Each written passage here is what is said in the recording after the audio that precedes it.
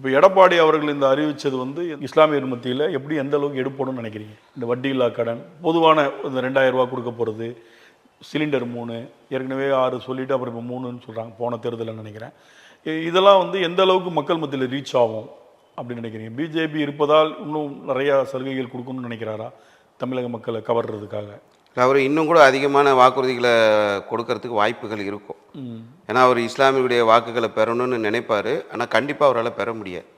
யதார்த்தம் என்னென்னா, பாஜக ஆளக்கூடிய மாநிலங்களில் நடந்தது என்ன என்பது இஸ்லாமிய சமுதாய மக்களுக்கு தெரியும். உதாரணத்துக்கு சொல்லணும்னா, உத்தரப்பிரதேசத்தில் என்ன நடக்குதுன்னு தெரியும். ஐ லவ் முகமதுன்ற ஒரு போஸ்டர் போடுறாங்கன்றதுக்காக ஆயிரக்கணக்கான மக்கள் மீது வழக்கு போடப்பட்டிருக்கு.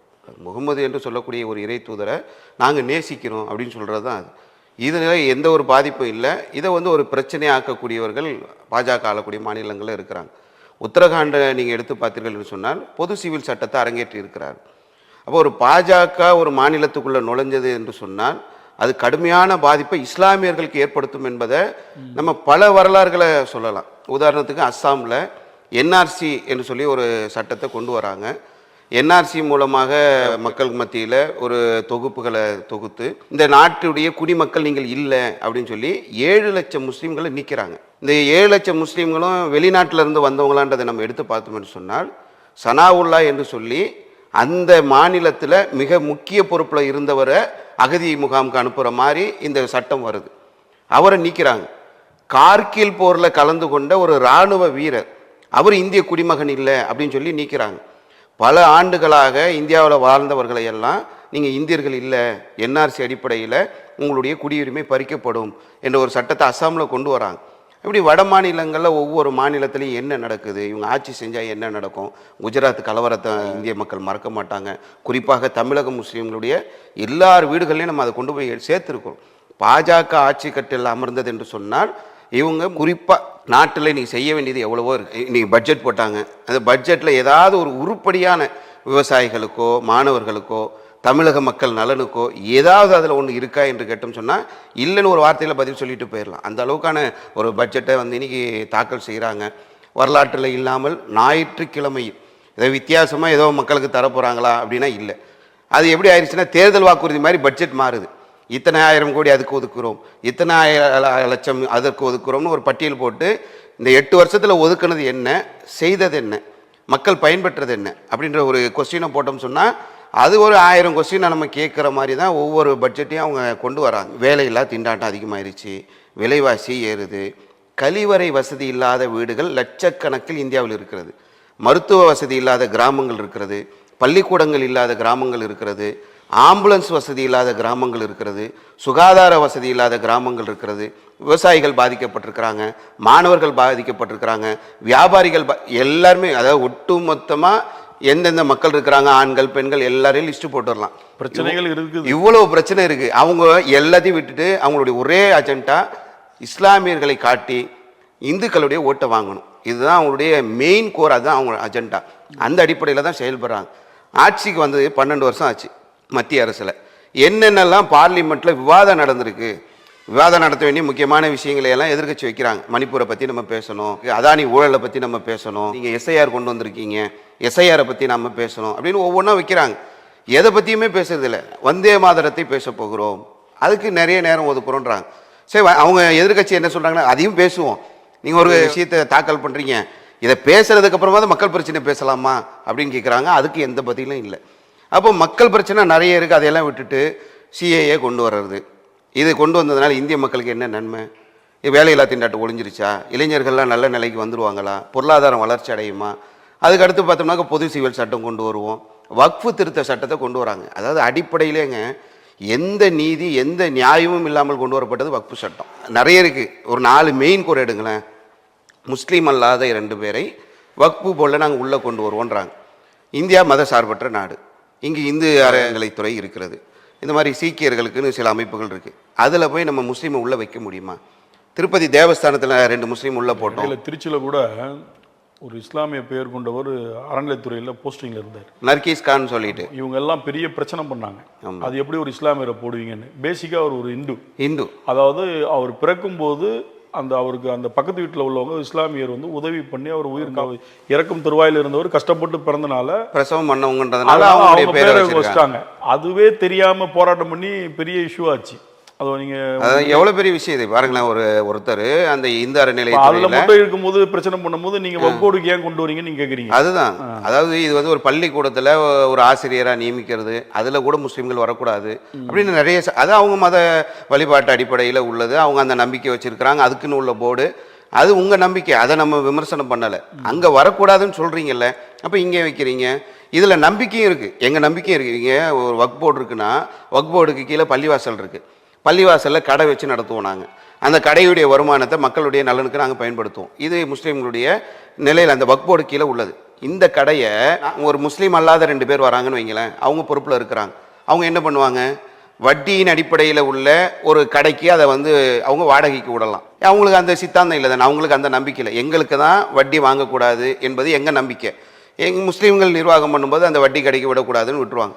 அடுத்தது வந்து வக்ஃப் பை யூசர் அப்படின்ற ஒன்றை கொண்டு வராங்க. முஸ்லீம்களுடைய அந்த வழிபாட்டு தலங்கள், பள்ளிவாசலாக இருக்கட்டும், பல இடங்களில் கல்லூரிகள் நடத்துகிறோம், மதர்சாக்கள் நடத்துகிறோம், பெண்களுக்கு தேவையான அந்த அமைப்புகளில் வைத்து நடத்துகிறோம், தையல் கிளாஸ் அப்படின்ற மாதிரி நடத்துகிறோம். இப்படி நிறைய தொண்டு விஷயங்கள் நாங்கள் நடத்துகிறோம். அது வந்து பார்த்திங்கன்னா இப்போ இல்லை, ஒரு 300 ஆண்டுகளாக 400 ஆண்டுகளாக 1000 வருஷத்துக்கு முன்னாடி காயல்பட்டத்தில் உருவாக்கப்பட்ட பள்ளிவாசல்லாம் தமிழகத்தில் இருக்கிறது. இந்தியாவில் நம்ம எடுத்தோம் என்று சொன்னால் அது பல 1000 பள்ளிவாசல்கள் இருக்கும். அதாவது டாக்குமெண்ட் இல்லாத காலத்திலிருந்து அங்கே பள்ளிவாசல் இருக்கிறது. 300 400 500 ஆண்டுகளாக அங்கே பள்ளிவாசல் இருக்குது. இவங்க என்ன சொல்கிறாங்கன்னா அதையெல்லாம் அரசு சொத்தாக மாற்றணுன்றாங்க. வக்ஃப் பை யூசர்ன்ற அடிப்படையில் ஒரு சட்டத்தை உள்ளே கொண்டு வராங்க. இது ஒரு வழிபாட்டு தலம், மக்கள் அவங்க நம்பிக்கையின் அடிப்படையில் இருந்தாங்க. அப்போ டாக்குமெண்ட் சிஸ்டம் இல்லாத காலத்திலேருந்து அது வருது. அப்படி இருக்கும்போது அதுக்கு என்ன முறைப்படுத்தணும், அதுக்கு எப்படி பட்டா தரணும், எப்படி அவங்களுக்கு பேர் மாற்றணும் அப்படின்னு கொண்டு வராமல் வக்ஃப் பை யூசர் என்று ஏற்படுத்தி அதை அரசு சொத்தாக மாற்ற வேண்டும் என்ற ஒரு திட்டத்தை உள்ளே கொண்டு வராங்க. இது எவ்வளோ ஒரு மோசமான ஒரு சட்டம். அதே மாதிரி 5 வருஷம் ஆனதுக்கு பிறகு தான் ஒருத்தர் முஸ்லீமாக மாறுறார். முஸ்லீமாக மாறி 5 ஆண்டுகள் கழித்த பிறகு தான் அவர் வக்ஃபுக்கு தான தர்மம் செய்யணும். இது எங்கள் அரசியல் சாசன சட்டத்தில் அப்படி இருக்கா? ஒரு இந்து இருக்கார், அவர் வந்து ஒரு கோயிலுக்கு ஏதாவது தான தர்மம் தரணும்னு நினைக்கிறார். அவர் வந்து தான தர்மம் தர்றதுக்கு ஏதாவது சட்டம் இருக்கா? ஒரு இந்துக்கு இல்லை, ஒரு கிறிஸ்துவருக்கு இல்லை, ஒரு சீக்கியருக்கு இல்லை, ஒரு பௌத்தருக்கு இல்லை, ஒரு சமணருக்கு இல்லை.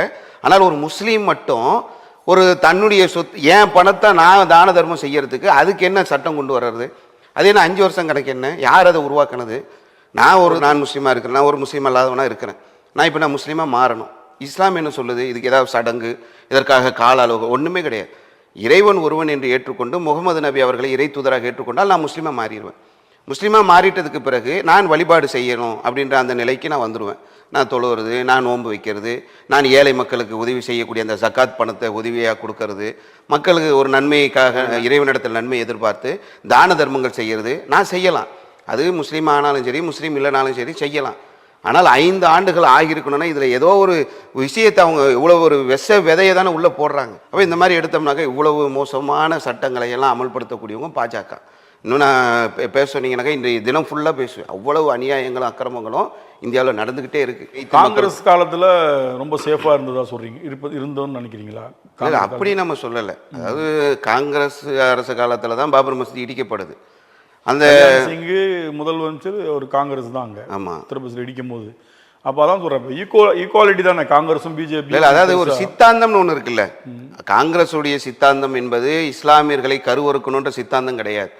அவங்க வந்து அது ஒரு பொடுபோக்குத்தனம், அரசியல் விழிப்புணர்வு இல்லாமல் ஒரு அசால்ட்னஸ் அப்படி உள்ளவங்கன்னு வைங்களேன். இவங்களுடைய சித்தாந்தம் என்னன்னா இஸ்லாமியர்களை அழிக்கணும். நான் கேட்குறது என்னென்னா, பள்ளிக்கூடத்துக்கு போகிறாங்க, மாணவிகள் படிக்கிறாங்க, ஒரு ஸ்கார்ஃப் போட்டுன்னு பள்ளிக்கூடம் போகிறாங்க. இது மத அடையாளம், நீங்கள் போடக்கூடாதுன்றாங்க. மத அடையாளம் இந்தியா தேசத்தில் என்ன மத அடையாளம்? இதுக்கு முன்னால் இருந்த மன்மோகன் சிங் இந்தியாவுடைய பிரதமராக இருந்தார், உலகம் ஃபுல்லாக சுற்றி வந்தார். இந்தியாவுடைய அடையாளம் டர்பன் அணியறதா? இல்லையே.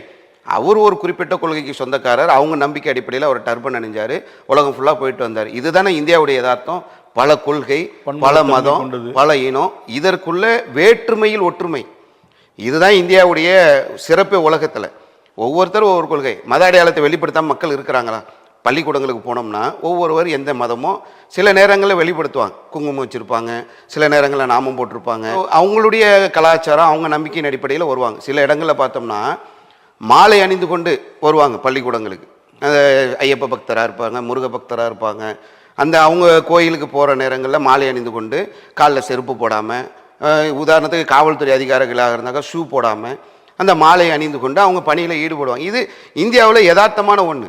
அப்போ யூனிஃபார்ம் போட்டுக்கிட்டு அந்த தலைமுடியை மறைப்பதற்காக அந்த தலைக்கு மட்டும் உள்ள ஒரு சின்ன ஆடை ஸ்கார்ஃப்ன்றது இதை போட்டுட்டு வந்ததற்காக கர்நாடகாவில் 21,000 மாணவிகளை தேர்வு எழுத விடாமல் பண்ணாங்க முந்தைய பாஜக ஆட்சி. அப்புறம் காங்கிரஸ் ஆட்சி அதற்கு பிறகு அங்கே மாறக்கூடிய ஒரு சூழ்நிலை வந்ததுக்கப்புறம் தான் இயல்பு நிலை திரும்புது. அப்போ இவங்க ஆட்சிக்கு வந்தாங்கனாக்கா உத்தரப்பிரதேசத்தில் பார்க்குறோம், ஹலால் கடையா என்று சொல்லி முஸ்லீம் கடைகளை எல்லாம் மூட சொல்கிறாங்க. அங்கே போய் அடிக்கிறது, அங்கே பிரச்சனை பண்ணுறது, நீங்கள் மாட்டுக்கறி சாப்பிடக்கூடாதுன்ட்டு அடிக்கிறது, மாடு வச்சுருந்தாங்கன்னா அவங்க வீட்டை கொளுத்துறது, அவங்கள அடித்து கொலை பண்ணுறது, இப்படி தொடர்ச்சியாக நடக்குது. கேட்கறதுக்கு நாங்கள் பசு பாதுகாவலர்கள், அதாவது ஓன் நம்பிக்கைக்காக அதிகமாக பீஃப் எக்ஸ்போர்ட் ஆகுது. இந்தியாவை தான் நம்பர் 1. பீஃப் எக்ஸ்போர்ட்ல இந்தியா நம்பர் 1. நீ மாட்டை பாதுகாக்கிறதா இருந்தா ஏன் இங்கேருந்து எக்ஸ்போர்ட் ஆகுது? இதுக்கு போய் சீனாவில் போய் ஒப்பந்தம் போட்டு வந்தவர் யாரு? இந்திய பாரத பிரதமர். அப்போ இவ்வளவு தெளிவாக நீங்கள் மாட்டை பாதுகாக்கிற நம்பிக்கை இல்லை. இவங்க நம்பிக்கையே இஸ்லாமியர்களை ஒடுக்கணும், இஸ்லாமியர்களை இங்கே சீரழிக்கணும், அவர்களை கொடுமைப்படுத்தணுன்றது அவங்களுடைய நிலை. இந்த மதவாத அமைப்போட போய் அதிமுக கூட்டணி அமைத்தால் நீங்கள் எவ்வளவு நன்மை செய்தாலும் அதை இஸ்லாமியர்கள் ஏற்றுக்கொள்ள மாட்டாங்க. முதல்ல வெளியே வாங்க. தமிழ்நாடு அந்த மாதிரி ஆயிடும். தமிழ்நாட்டுடைய நிலைமையை நாங்கள் கருத்தில் கொண்டு யார் மதவாத கூட்டணியோடு அந்த பாஜக என்று சொல்லக்கூடிய அந்த மதவெறுப்பு சிந்தனையை கொண்ட அந்த கட்சியோடு கூட்டணி வைக்கிறார்களோ அவர்களுக்கு தமிழக இஸ்லாமியர்கள் வாக்களிக்க மாட்டாங்க.